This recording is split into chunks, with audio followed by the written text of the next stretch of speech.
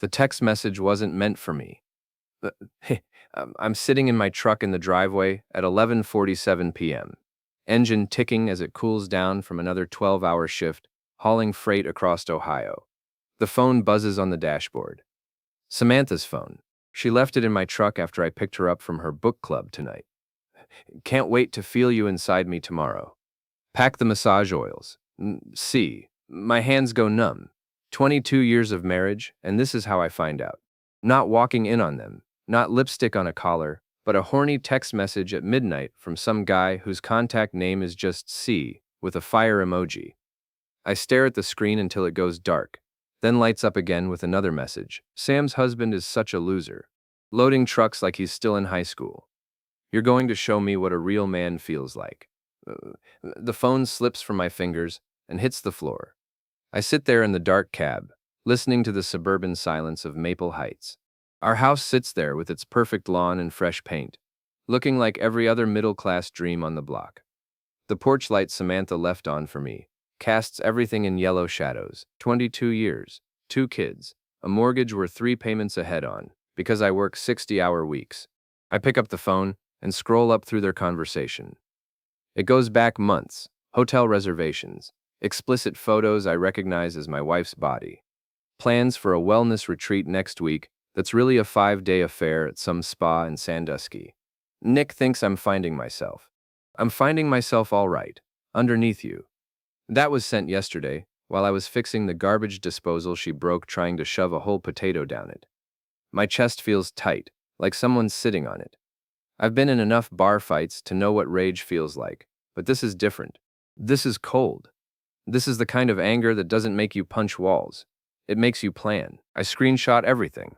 Every message, every photo, every hotel confirmation. Then I forward them all to my own phone and delete the evidence from hers. 20 years in logistics teaches you to document everything and cover your tracks. The house key feels heavier than usual as I unlock the front door. Samantha's asleep upstairs, probably dreaming about her massage oils and her mystery man. I can hear her breathing through the bedroom door. The same breathing I've listened to for over 2 decades. The same woman who used to leave little notes in my lunchbox, who cried when I got laid off from the plant, who said she'd love me even if we ended up living in a cardboard box. I don't go upstairs. Instead, I sit at the kitchen table with a beer and start reading through 4 months of betrayal. The details are worse than the act itself. They mock me. They laugh about how I never suspect anything. They rate my performance in bed compared to his. They make jokes about my work clothes, my truck, my habit of falling asleep watching TV after long hauls. He's like a golden retriever, loyal and dumb. Just keep throwing him bones and he'll never catch on. That message is from 3 weeks ago, right after I surprised her with dinner at that expensive Italian place downtown. I worked a double shift to afford it because she'd been feeling disconnected lately. By 3 a.m., I've read everything twice. I know about the hotel room they've been using. I know about the lies she's told her sister to cover for her. I know about the credit card she opened in her maiden name to pay for lingerie I've never seen her wear. Most importantly, I know exactly who C is. Chad Brennan, owner of Elite Fitness on Route 18. The same Chad who's been her life coach for the past 6 months, helping her discover her authentic self for $200 an hour.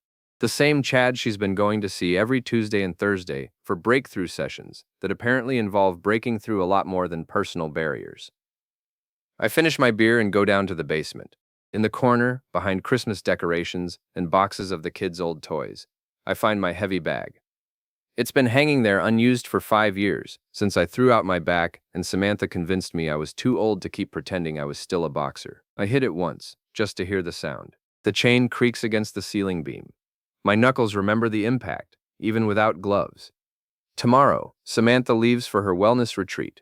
She'll spend 5 days in a luxury suite, getting her wellness from Chad Brennan's personal training techniques, while I hold down the fort at home like the loyal golden retriever she thinks I am. But here's what she doesn't know about golden retrievers. We're not just loyal and dumb. We're also territorial. And when someone threatens our pack, we bite back. I hit the bag again, harder this time, then again. The rhythm comes back to me like muscle memory. Jab, cross, hook. The combinations I learned 25 years ago at Murphy's gym, back when I thought I might actually make something of myself in the ring. instead of behind the wheel of a freight truck. By the time I head upstairs, I've got a plan forming. Not the hot-headed, punch first, think later plan I would have had at 25. This is better. This is patient. This is the kind of plan you make when you've spent 2 decades learning that the best revenge isn't getting mad. It's getting even. Samantha stirs as I slip into bed beside her. In the dark, she reaches for me like she has 1,000 times before. "How is work, honey?" she mumbles, half asleep. "Productive," I tell her. And it's not a lie. Very productive. She smiles and settles back into sleep, probably dreaming about massage oils and hotel rooms. I lie there staring at the ceiling, wide awake, thinking about golden retrievers and how loud they bark when they finally decide to make some noise. Samantha's packing for her retreat when I bring her coffee the next morning. She's folding lingerie I've never seen into her suitcase. Black lace things that definitely aren't meant for meditation, and green smoothies. "You're being so sweet," she says, accepting the mug without looking at me. "I know this week apart will be hard, but I really need this space to reconnect with myself." Space? That's her favorite word lately. She needs space to grow, space to explore her authentic self, and space to figure out what she really wants from life. Apparently, what she really wants is to explore Chad Brennan's authentic self in a hotel room 90 miles away. "Take all the space you need," I tell her. "I'll be right here when you get back." She looks up at me then, and for just a second, I see something that might be guilt flicker across her face. But it's gone so fast I might have imagined it. "The kids know I'm going, right?" she asks, folding a silk nightgown that costs more than I make in a day. "Ashley's at her friend's house for the weekend. Ethan's got that camping trip with his scout troop. It's just me in the house." I sip my coffee and watch her pack massage oil. Plenty of space for everyone. After she leaves, I sit in my truck for 10 minutes, watching her taillights disappear down Maple Street. Then I drive to Elite Fitness. The gym sits in a strip mall between a nail salon and a tax office, trying hard to look more upscale than it is. Chrome and mirrors and motivational posters about unleashing your inner warrior. Chad's red Camaro is parked right out front, taking up 2 spaces like his ego takes up most of the building. I've seen Chad exactly twice before. Once at a school function where he was Samantha's +1 because I was working late, and once at the grocery store where he spent 20 minutes talking to my wife about her journey while I loaded cases of water into our cart. Both times, I wrote him off as just another suburban fitness guru selling hope and protein powder to bored housewives. I was half right. He is selling something to bored housewives. Just not what I thought. The gym is busy for a Friday morning. Lots of women in expensive workout gear doing exercises that look more like dancing than fitness. Chad's in the middle of it all, wearing a tank top that shows off arms covered in tattoos that probably cost more than my truck payment. He's got that fake friendly smile that says he's always selling something. I watch him through the window for 15 minutes. He touches everyone, a hand on a shoulder here, a spot on a bench press there, a lingering adjustment to someone's form that goes on longer than necessary. The women eat it up. They giggle at his jokes and hang on his every word about core strength and life balance. This is the man my wife thinks is worth throwing away 22 years for. I drive home and start phase 1. First, I change all the passwords. Bank accounts, streaming services, social media, everything. Not to lock her out permanently, just to send a message when she tries to check our balance from her hotel room. Second, I call her sister Janet. "Nick, how are you holding up with Samantha gone?" Janet's voice is too bright, too careful. She knows something. "Actually, that's why I'm calling," I say. "I found something on her phone last night. Some messages from a guy named Chad. Pretty explicit stuff." Shoyle, silence on the other end. Then, "Oh, Nick, I was hoping you wouldn't find out this way." So Janet knows? Of course she knows. Samantha tells Janet everything. Always has. They probably planned the whole cover story together over wine and sister solidarity. "How long?" I ask. "A few months. She said she was going to tell you after she figured things out. She's been so unhappy, Nick. She felt like you two were just going through the motions. Going through the motions.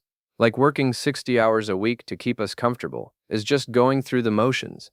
Like 22 years of marriage is just a routine you can discard when something more exciting comes along." "Well, she doesn't have to figure anything out anymore," I tell Janet. "I'm making it easy for her. I'm filing for divorce Monday morning. Nick, wait. Don't do anything hasty. Maybe you two can work through this. Counseling or I hang up. Janet will call Samantha within 5 minutes. Samantha will panic and try to call me. When she can't reach me, she'll try to log into our accounts to see if I've done anything drastic.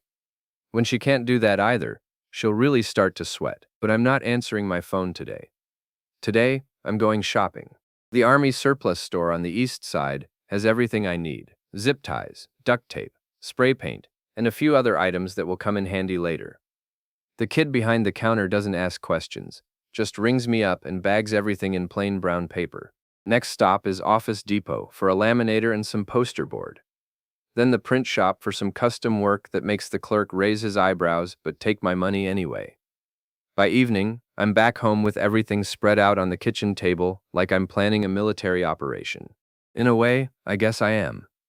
This is psychological warfare, and I'm done being the target. My phone has 17 missed calls from Samantha and 43 text messages that progress from confused to angry to desperate. I read them all while eating a sandwich, enjoying every typo that shows how rattled she's getting. The last message, sent 20 minutes ago, is just, "Please call me. We need to talk." I text back, "Enjoy your space. We'll talk when you get home." Then I turn off the phone and go down to the basement. The heavy bag is waiting for me, and I've got a lot of energy to work off. Each punch feels better than the last, and by the time I'm done, I can see exactly how this is going to play out. Samantha wants space. I'm going to give her all the space she can handle. But it's going to be my space, with my rules. And by the time I'm done, she's going to wish she'd stayed home and worked on our marriage instead of working on Chad Brennan's ego. I sleep better that night than I have in months. Saturday morning brings a pounding on my front door that rattles the windows. I'm expecting Samantha, but instead I find Marla Peterson, my wife's best friend and the nosiest woman in Maple Heights. She's standing on my porch in yoga pants and an attitude, holding a Starbucks cup like it's a weapon. "We need to talk, Nick," she announces, pushing past me into my living room without an invitation. Marla's been Samantha's partner in crime since college. She's the one who convinced my wife that she deserved better than a truck driver. The one who's been filling her head with ideas about living her best life and not settling for less than she deserves. If there's a puppet master behind this whole situation, it's Marla. "Make yourself at home," I say, closing the door. "Coffee's in the kitchen if you want some that doesn't cost $6. She spins around, her perfectly highlighted hair whipping behind her.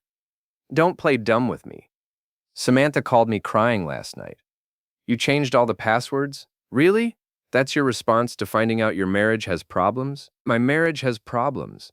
I lean against the doorframe, crossing my arms. "That's interesting. I thought my marriage had an affair." Marla's face flushes, but she doesn't back down. She never does. It's what makes her so good at selling overpriced houses to people who can't afford them. "She made a mistake, Nick. She's confused. This thing with Chad isn't serious. It's just her way of working through some issues." Working through issues, is that what we're calling it? I walk to the kitchen and pour myself coffee, taking my time.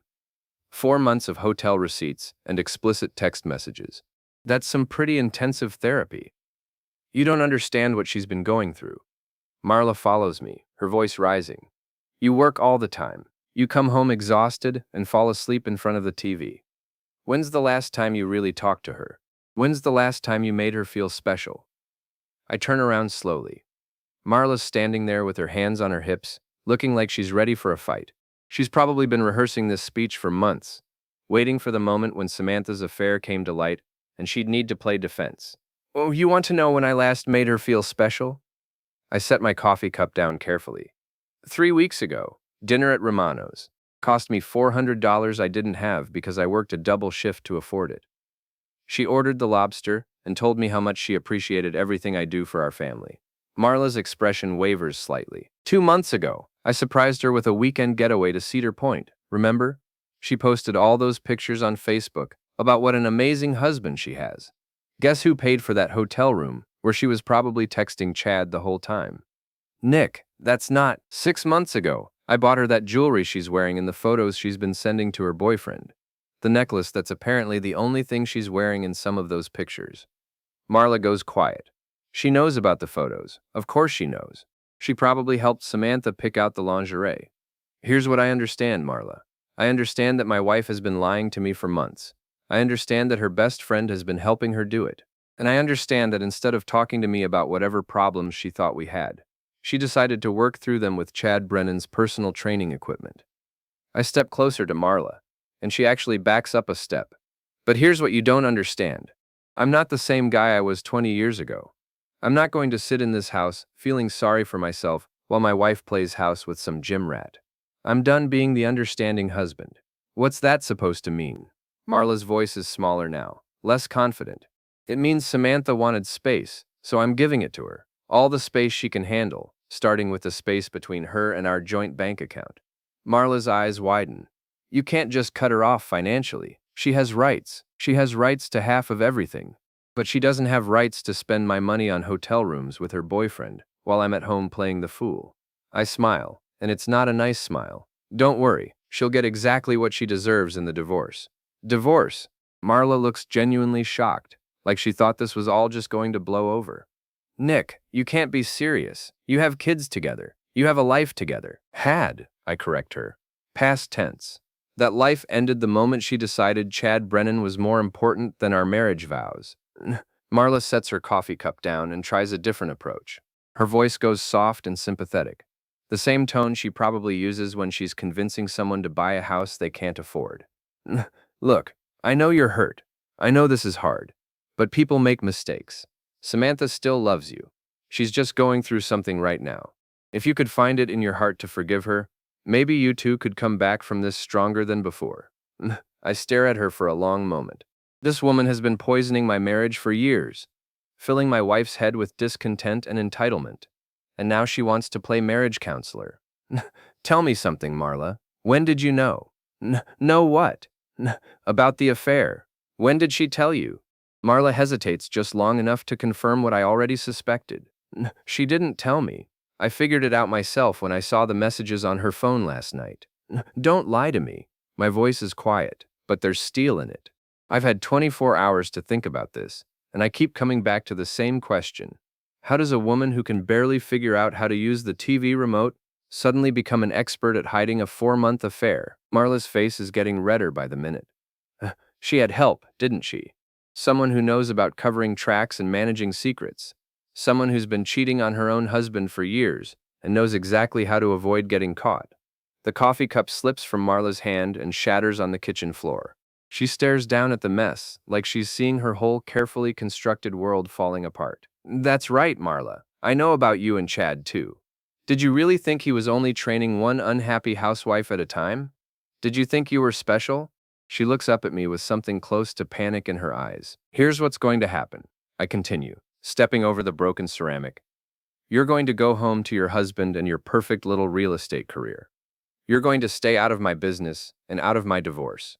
And if I hear that you're still playing puppet master with my wife's life, I'm going to make sure everyone in Maple Heights knows exactly what kind of marriage counseling you've been providing. Marla straightens up, trying to recover some of her dignity. You can't prove anything. I pull out my phone and show her a screenshot of Chad's contact list, which I may have acquired through less than legal means during my visit to his gym yesterday. Marla P. Tuesday/Thursday 2 p.m. Personal training sessions, same time slot Samantha had on Mondays and Wednesdays. Funny how you two never ran into each other, isn't it? She grabs her purse and heads for the door without another word. I follow her, stepping onto the porch as she hurries down the walkway. Oh, and Marla? I call after her. When Samantha calls you crying tonight, tell her I said she can have all the space she wants, but she's going to have it without my money, without my house, and without my forgiveness. She doesn't look back, just gets in her BMW and drives away fast enough to leave rubber on my driveway. I go back inside and sweep up the broken coffee cup, thinking about puppet masters and golden retrievers and how satisfying it is when you finally figure out who's been pulling the strings. Phase 2 is about to begin. Sunday evening, I'm in my truck outside Elite Fitness when Chad's red Camaro pulls into the parking lot. The gym's been closed for hours, but he's got keys and apparently some after-hours business to attend to. Through the windows, I can see him moving around inside, probably setting up for another personal training session with someone else's wife. I give him 10 minutes to get comfortable, then I walk up to the front door and knock.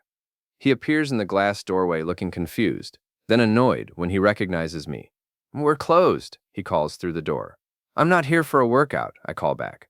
I'm here to talk about my wife. That gets his attention. He unlocks the door but doesn't open it all the way, keeping the chain latch engaged like that's going to protect him from anything. Look, man, I don't know what Samantha told you, but she didn't tell me anything. I hold up my phone, showing him a screenshot of one of his text messages. You told me everything I needed to know. His face goes white. The confident gym owner persona evaporates, and suddenly he looks like what he really is, a small-time con artist who got caught with his hand in the cookie jar. That's not... How did you get those? Does it matter? The question is, what are we going to do about it? He thinks for a moment, probably running through his options. He can't call the police. He's the one having an affair with a married woman. He can't deny it. I've got 4 months of evidence. He can't run. His whole business is tied up in this gym. Finally, he unlatches the chain and opens the door. Come in. But I'm not looking for any trouble. Too late for that, I tell him, stepping inside. You've been trouble for 4 months. The gym looks different, empty. All those mirrors and motivational posters just make it feel hollow, like a stage set for a show that nobody's watching. Chad leads me over to the juice bar, trying to put some distance between us and the door. Look, Nick, it is Nick, right? I want you to know that what happened between Samantha and me, it just happened. We didn't plan it. You didn't plan it. I lean against the counter, keeping my voice conversational. You just accidentally started texting my wife about massage oils and hotel rooms. Just accidentally started charging her $200 an hour for life coaching sessions that apparently involved taking her clothes off. Chad runs his hand through his hair, and I notice his fingers are shaking slightly. Good. He should be nervous. She told me her marriage was over. She said you two were basically roommates, just going through the motions. She said she was going to leave you anyway. And you believed her? Why wouldn't I? She seemed pretty unhappy. I pull out my phone again and scroll through the screenshots. Let's see. Nick's working late again. Perfect time for you to come over. That was sent on our anniversary, by the way. The same night she told me how grateful she was for everything I do for our family. Chad shifts uncomfortably. Here's another one. He bought me flowers today. Probably feels guilty about something. Men are so predictable. That was the day after I surprised her with roses, just because it was Tuesday, and I thought she might like them. I keep scrolling, watching Chad's face get paler with each message. Oh, here's my favorite. He's downstairs fixing the sink again. My personal handyman. Too bad he's not as good with his hands as you are. That was last month, when I spent my entire Saturday off replumbing our kitchen because she complained about the water pressure. Okay, I get it, Chad interrupts. She said some things, but you have to understand. I was just giving her what she needed. Someone who listened to her. Someone who made her feel attractive. Someone who made her feel attractive. I set the phone down and look at him directly. Let me ask you something, Chad. How many married women are you currently making feel attractive? His jaw tightens. What's that supposed to mean? It means I know about Marla Peterson, and probably a few others. This isn't about my wife feeling unappreciated. This is about you running a side business out of your gym, and my wife was just another customer. Chad straightens up, and for a moment I see a flash of the arrogance that probably made him think he could get away with this in the first place. Your wife came to me, Nick. She paid me. She made the choice to step outside her marriage. I didn't force her to do anything. You're right, I say. And he looks surprised by my agreement. She made her choice, and now I'm making mine. I reach into my jacket and pull out a manila envelope. Chad tenses up, probably thinking it's legal papers or some kind of threat. Instead, I slide out a stack of printed photos and spread them across the juice bar counter. They're screenshots of every text message, every photo, every hotel receipt I found on Samantha's phone. But they're not just screenshots, they're formatted like a newsletter, complete with headers and captions. What is this? Chad asks, but his voice tells me he already knows. It's the Elite Fitness Customer Satisfaction Survey, I tell him. A comprehensive review of the personal training services you've been providing to the married women of Maple Heights. I thought your other clients might be interested to know exactly what they're paying for. Chad grabs the papers, flipping through them with growing horror. I made sure to include everything, the explicit messages, the photos, the financial records showing how much money these women have been spending on their fitness journeys. You can't distribute these. This is private information. This is blackmail. It's not blackmail if I'm not asking for anything in return. I correct him. It's just public service, consumer awareness, truth in advertising. I pull out another envelope, thicker than the first. This copy goes to the Better Business Bureau. This one goes to your landlord. I'm sure he'll be interested to know what kind of business you're really running in his strip mall. This one goes to the state licensing board. And this one, I hold up the thickest envelope. This one gets mailed to every address in Maple Heights. Amazing what you can do with a mailing list and a copy machine. Chad is staring at the envelopes like they're bombs about to go off.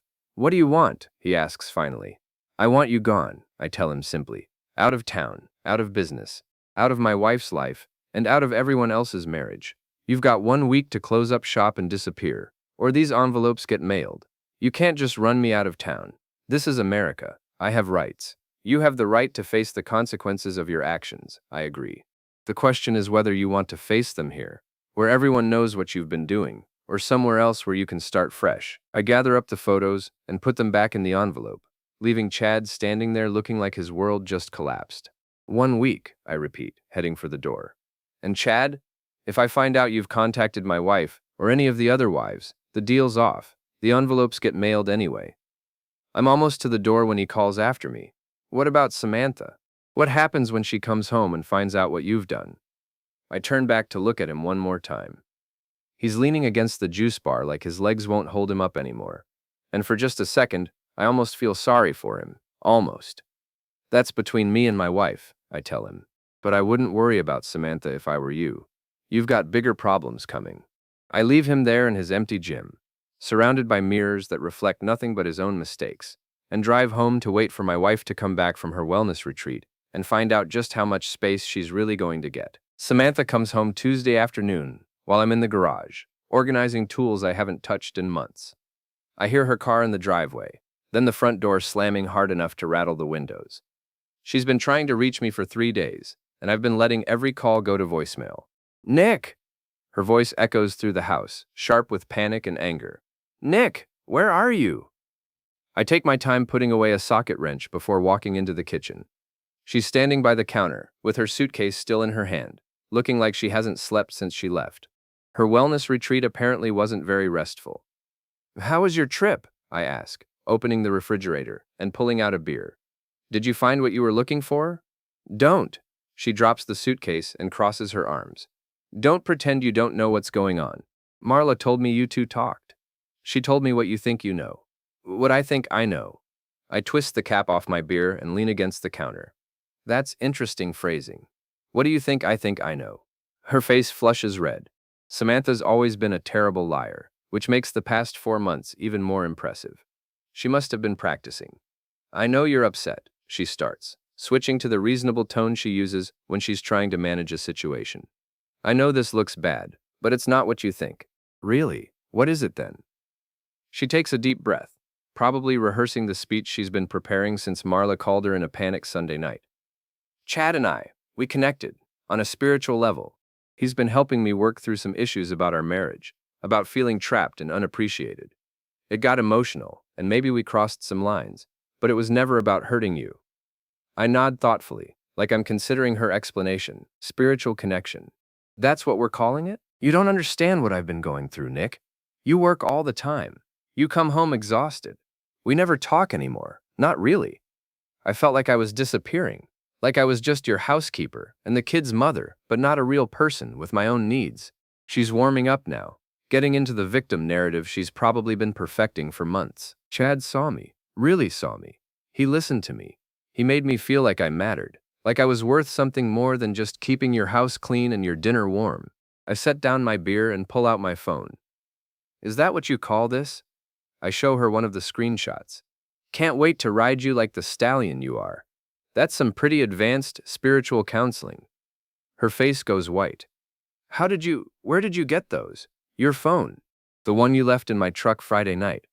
The one that's been buzzing with messages from your spiritual advisor for 4 months. I swipe to another screenshot. Here's another gem. Nick's working late again. Come over and show me what I've been missing. Real deep spiritual work there, Sam. She sinks into a kitchen chair like her legs won't hold her anymore. I can explain. Explain this one. I show her a photo she sent to Chad, one I recognize as being taken in our bedroom while I was on a 3-day haul to Detroit. Explain how spiritual counseling requires naked pictures in the bed I paid for. Tears start running down her face, but I'm not feeling sympathetic anymore. I've had 4 days to work through my anger, and now I'm just tired. 22 years, Sam. 22 years I've been working my back off to give you everything you wanted. The house, the cars, the vacations, the kids' college funds. 22 years of 60-hour weeks and overtime shifts and falling asleep in front of the TV because I was too exhausted to do anything else. I sit down across from her at the table where we've eaten thousands of meals together, where we've helped the kids with homework and planned family vacations and made all the small decisions that add up to a life. And the whole time, you felt unappreciated. You felt trapped. You felt like you were disappearing. I leaned forward. Do you know what I felt like? I felt grateful. Grateful that I had a wife who loved me enough to stick around while I built something for our family. Grateful that I had someone to come home to, someone who made all the work worth it. She's crying harder now, but I'm not done. I felt proud. Proud that I could provide for you and the kids. Proud that you could stay home when Ashley was little. Proud that we could afford to live in a nice neighborhood and drive decent cars and take family trips without worrying about money. I stand up and walk to the window, looking out at the yard I've spent 15 years maintaining, the driveway I've shoveled every winter, the house I've painted and repaired and improved because it was ours. But mostly, I felt lucky. Lucky that out of all the guys in the world, you chose me. Lucky that some blue-collar truck driver got to wake up every morning next to the most beautiful woman in Maple Heights. When I turn back around, she's sobbing into her hands. That's what I felt for 22 years, Sam. Right up until Friday night when I found out that while I was feeling grateful and proud and lucky, you were feeling trapped and unappreciated and invisible. I sit back down and wait for her to look at me.